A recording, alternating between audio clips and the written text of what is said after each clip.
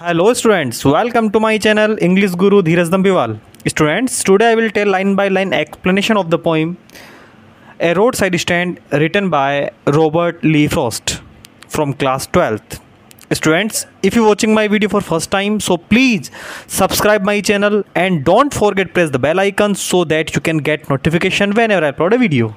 Students, आज हम पढ़ेंगे CBSE क्लास 12th की जो फ्लेमिंगो बुक है उसकी पोइम है ए रोड साइड स्टैंड, जिसे लिखा है रॉबर्ट ली फ्रॉस्ट ने। Robert Lee Frost was born March 26, 1874 and he was an American poet. उनका जन्म 26 मार्च 1874 को हुआ था और वह एक अच्छे अमेरिकन पोइट भी थे। इस पोइम में रॉबर्ट फ्रॉस्ट ने जो विलेजर्स हैं उनके लाइफ को, उनकी लाइफ की जो कंडीशंस हैं उनको इसमें बताया गया। उनकी जो कंडीशन है उसको बताया गया है, उन्होंने किन प्रॉब्लम्स को उन्होंने फेस किया है। विलेजर्स की जो बेड कंडीशन है उस पर ये फोकस करता है। क्यों कि वो कुछ अगर पैसे कमा रहे हैं, किस तरीके से कमा रहे हैं, फिर भी जो सिटीज़ के जो पीपल हैं, शहर के जो लोग हैं, वो उन विलेजर्स के साथ किस तरीके का बिहेव करते हैं जो अपना प्रोडक्ट बेच रहे हैं, और उनकी सहानुभूति की भावना के बिना उनसे काफ़ी आगे कैसे वो निकल जाते हैं। तो वो इस पोइम में बताया गया है।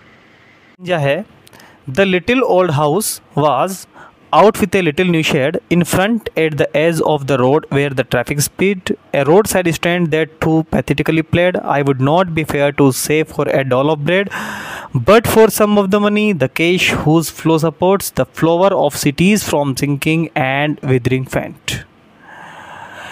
ये जो पोइम है, इस पोइम में जो पोइट बताना चाह रहे हैं कंडीशन के बारे में। आउटफिट, पहले तो हम इसके जो कीवर्ड्स हैं देखते हैं। आउटफिट कह सकते हैं बड़ा हुआ, एक्सटेंड करना।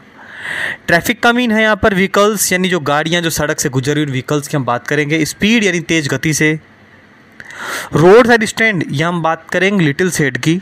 डॉल जिसे कह सकते हैं हम भीख में मांगना, सिटी मनी से कह सकते हैं। तो पोइट यहाँ कहना चाह रहा है कि जो फार्मर्स है, जो किसान हैं, उन्होंने पुराने घर के आगे एक शेड बनाया है ताकि क्या कर सके, वो अपने प्रोडक्ट्स को सेल कर सके।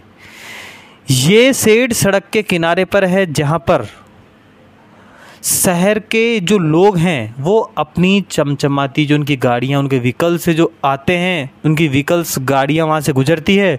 तो पोइट ये कहना चाह रहा है कि यह उनके लिए कहना ठीक नहीं होगा, उचित नहीं होगा कि किसानों ने भीख के लिए शेड को बनाया है कि किसान वहाँ मतलब वो भीख के लिए किसान शेड बनाया, किसी को वहाँ आएगा कोई भीख डाल के चला जाएगा। पोइट तो ये कहना चाह रहे हैं कि किसान तो अपने उत्पाद को बेचकर वहाँ पर कुछ पैसा कमाना चाहते हैं ताकि उनका जीवन भी शहर के लोगों की भांति सुधर सके। तो ये इस स्टेंजा में पोइट कहना चाहते हैं। स्टूडेंट, नेक्स्ट स्टेंजा है कि the police traffic passed with a mind ahead or if ever aside a moment then out of sorts at having the landscape mad with a artless pant of signs with and turned wrong and us turned wrong, offered for sale wild berries in wooden quarts or crooked-necked golden squares with silver wards, or beauty rest in a beautiful mountain scene. You have the money, but if you want to be mean, why keep your money and go along? Poet कहता है कि दुर्भाग्य से, unfortunately, जो झोपड़ी है, जो tin shed बने हुए हैं, यहाँ पर ट्रैफिक बिना रुके आगे बढ़ जाता है, और अगर किसी ने रोक भी दिया हो तो वह यहाँ रुककर अच्छा महसूस नहीं करेगा, बल्कि वो हैरान होता उनको देखकर कि इनकी झोपड़ी के आगे जो सेल कर रहे हैं, कैसे वो जंगली जामुन रखे जाते हैं, कैसे वो क्रूक नेक्ड सिल्वर वॉर्ड्स के साथ स्क्वेस ये शब्दों के उपयोग के साथ हाईलाइट किया गया है। तो इस स्थान में उन लोगों की जो नेचुरल की जो गोद है उसमें उनको आनंदित, एक खुशी रहने की पेशकश की है जिनके पास पैसा था। तो सोचते हैं कि जो ट्रैफिक के किनारे जो लोग आएंगे वो यहाँ रुकेंगे, लेकिन ये जो गाड़ियों में जो लोग आते हैं वो बिना सिर घुमाए आगे की ओर बढ़ जाते हैं। यदि वह थोड़ी देर के लिए कभी अपनी नज़र घुमाते भी हैं तो केवल शिकायत ही करते हैं कि कैसे पेंट से बेड़े के निशान बनाकर इस जगह की सुंदरता को समाप्त कर दिया। मतलब अपने वो कहते हैं वहाँ कि किस तरीके से पेंट से, मतलब किस तरीके के पेंट से बेड़ंग के निशान बना दिए इस जगह की, और इस जगह की जो सुंदरता उसको उन लोगों ने समाप्त कर दिया। तो ये पोइट इस स्टेंजा में कहना चाह रहा है। स्टेंजा है कि the hurt to the scenery wouldn't be may my complaint so much as the trusting sorrow of what is unsaid here far from the city we make our road side stand and ask for some city money to fill in hand to try if it will not make our being expand and give us the life of the moving pictures promise that the party in power is said to be keeping from us that way। तो यहाँ पर point है, वो बात करता है कि इस जगह की सुंदरता को खराब करना मेरी शिकायत नहीं है, इस जगह की सुंदरता को खराब करना मेरी शिकायत नहीं है। मेरी शिकायत तो उस भरोसे को टूटने की है जो इन किसानों को दिया गया था। इन किसानों को विश्वास था कि यहाँ से वो लोग आएंगे, कुछ सामान परचेज करेंगे, लेकिन यहाँ से बहुत दूर हमने दुकान बनाई है ताकि शहरों के कुछ पैसे को हम भी अपने हाथों में महसूस कर सकें, हम फील कर सकें कि वो लोग हमसे कुछ खरीद रहे हैं और हमारे जीवन में भी हम कुछ सुधार ला सकें। उनका जीवन भी फिल्मों में दिखाए जाने वाले जीवन की तरह आरामदायक हो सके, वो जीवन जिसके बारे में कहा जा सकता है कि सत्तासीन दल उनसे दूर रखे हुए हैं। मतलब वो पॉइंट यहाँ कहना चाह रहा है कि जो विलेजर्स हैं उनकी कंडीशन भी ऐसी हो कि वो भी ये फील कर सके कि हम सिटीज़ के अंदर हम कुछ जो हम सेल कर रहे हैं उनसे हमें कुछ 2 पैसे की इनकम हो, और हम भी जो इन लोगों का जो पैसा है इनके पैसों को हम छू सके, महसूस कर सकें। तो वो इस स्टेंजा में पॉइंट हमें बताता है यह है कि it is in the news that all these beautiful kin are to be bought out and merciful gathered in to lives in village next to their theaters and the stores where they won't have to think for themselves anymore. While great goods doors beneficent beasts of prey swarm over their lives enforcing benefits that are calculated to soothe them out of their wits, and by teaching them how to sleep they sleep all day, destroy their sleep at night the ancient way। जो point है वो कहना चाह रहे हैं कि कवि उन बातों को बताता है जो सिनेमा घर, जो शॉप, जो दुकानों के आसपास जो पुअर पीपल हैं किस तरीके से वो वहाँ से जाते हैं आते हैं, उनके बारे में बताता है कि जो नागरिक हैं, जो अधिकारी हैं, जो गवर्नमेंट है, यहाँ तक कि जो सोशल सर्विस की जो एजेंसियाँ हैं वो किस तरीके से केयरलेसली तरीके से जो नाराज़ हैं, कवि उन्हें लालची अच्छे कर्ता के रूप में कवि उनको बताता है कि ये लालची अच्छे कर्ता को उनको संबोधित करता है, लेकिन वास्तव में शिकार के जानवर है जो निर्दोष गांव के लोगों का शोषण करते हैं, क्योंकि वो नहीं चाहते हैं, जो पोइट कह रहा है कि वो नहीं चाहते हैं कि वो टीन शेड लाकर उस सामान को, उस प्रोडक्ट को सेल आउट करें। सुरक्षा के लिए ग्रामीणों की मदद नहीं की जा रही है, लेकिन उन्हें नुकसान पहुंचाया जाता है। वे अपनी ज़मीन खोकर भारी कीमत चुकाते हैं। इन डीएडीओ डेवलपर्स से नागरिक अधिकारी एक गणनात्मक रणनीति शांत के साथ इन ग्रामीणों को अनियंत्रित दिल और दिमाग को शांत करते हैं। उन्हें एक बेहतर जीवन जीने के लिए एक अच्छी नींद सुनिश्चित करके वे वास्तव में खुद शांति से सोते हैं और चिंता के साथ अपनी नींद को नष्ट कर देते हैं। प्राचीन तरीके से लोग दिन के दौरान काम करते थे और रात में सोते थे, तो यहाँ उल्टा हो गया कि जहाँ वे रात में नहीं सो पा रहे हैं क्योंकि दिन के काम नहीं करते हैं, सिर्फ सोचते रहते हैं कि क्या होगा, कैसे होगा।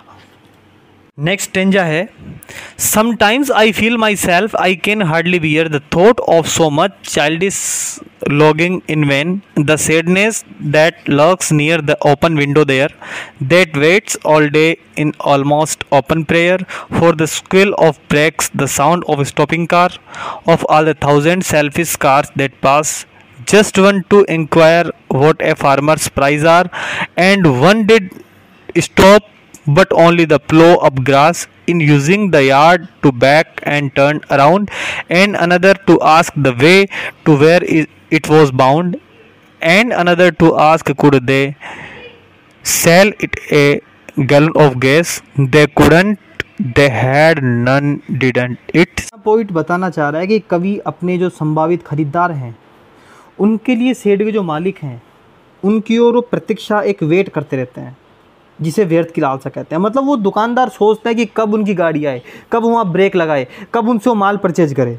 तो कवि अपने संभावित जो खरीदार हैं उनके लिए शेड के जो मालिक हैं उनके रूप से वो किसके लिए वो प्रतीक्षा करता है, एक नोट करता है कि वह उसे व्यर्थ की लालसा, वो कहता है कि दुकान की खिड़की पर किस तरीके से उदासी का माहौल छाया हुआ है। वो तरस रहे हैं कि यहाँ पर हमारे यहाँ दुकान के आगे, शॉप के आगे एक गाड़ी के ब्रेक लगें और हमें कोई कुछ कहे कि भाई साहब मुझे सामान दे दो। तो शेड से गुजरने वाली जो स्वार्थी कारें हैं उनमें किसान की कीमत पूछताछ करने के लिए रुकती है, जबकि दूसरा सिर्फ बैकयार्ड से मुड़ने के लिए। मतलब यहाँ जो पॉइंट वो बताना चाह रहा है कि एक आता है, एक गाड़ी आती है, वो सिर्फ ये पूछती है, उस किसान की कीमत पूछती है। दूसरी बैकयार्ड से मुड़ने के लिए उपयोग करना चाहती है। वास्तव में एक व्यंग्य है कि कार में रहने वालों में से एक की गैस की गैलन प्राप्त करने के लिए शेड में रुकता है। यह अलगाव की भावना यहाँ पर उजागर होती है जो ग्रामीण और शहरी जीवन के बीच मौजूद है। ग्रामीण युग की जो दुर्दशा है वो अनभिज्ञ भौतिक दुनिया के आनंद से घिरा हुआ है। ये लोग शहर और ग्रामीण जीवन के स्पष्ट अंतर का अनुमान लगाने में क्या है, असमर्थ है। तो ये पॉइंट यहाँ पर कहना चाह रहा है। No in country money the country scale of gain the requisite lift off spirit has never been found or so the voice of the country seems to complain। यहाँ I can't owning the great relief it would be का जो mean है वो कह सकते हैं कि अवास्तविक राहत महसूस करना। I keep on feeling an unreal relief of the villagers at one stroke, यानी तुरंत एक बार में कह सकते हैं instantly। तो पोइट यहाँ कहना चाह रहा है कि जो देश का पैसा है या देश की प्रगति के लिए इन किसानों के जीवन में कोई सुधार देखने को नहीं मिलता है। देश का पैसा या देश की जो प्रगति है इन किसानों के जीवन में कोई सुधार देखने को नहीं मिलता है। इनके मनोबल को कभी भी नहीं बढ़ाया जा सकता है। ये शिकायत इन्हीं किसानों की नहीं है, सारा देश ही शिकायत को करता हुआ प्रतीत होता है। I can't help owning the great relief it would be to put these people at one stroke out of their pain, and then next day as I come back into the scene, I wonder how I should like you to come to me and offer to put me greatly out of my pain। यहाँ as I come back into the scene का mean है कि जब मैं होश में आऊँ, mean as I come back to my sense reality, my pain जिसे लिया गया किसानों, my pain यहाँ आया किसानों की पीड़ा से। My pain is suffering that of the people, poor people, put me out of my pain। यहाँ लिया गया किसानों के दुख को दूर करने से। तो पॉइंट है वो किसानों की दशा से अत्यधिक विचलित है। वह चाहता है कि कोई इनकी दशा, जो दशा इनकी है वो इनको एक बार में ही समाप्त कर दे। पॉइंट क्या चाहता है कि जो इनकी दशा, किसानों की दशा है उसको एक बार में समाप्त कर दे। जब वह दोबारा इनके पास आए तो वो इतने हैप्पी नजर आए, इतने खुश नजर आए कि वो किसी भी पीड़ा को समाप्त करने के लिए उस लायक बन गए हों कि उनके पास कोई भी अगर वो पीड़ा आए तो उनको समाप्त कर दें। मतलब वो पैसे से रहित जीवन के बारे में अपनी शिकायत व्यक्त करते हैं। इस समय कवि अपनी भावनाओं से अभिभूत होकर एक बार में ही अपने जीवन को बदलकर अपने दर्द पर विचार करता है। पोइट चाहता है कि जब भी मैं इनसे दोबारा मिलने आऊं तो ऐसी कंडीशन इनकी नहीं हो जो कंडीशन की प्रेजेंट में है।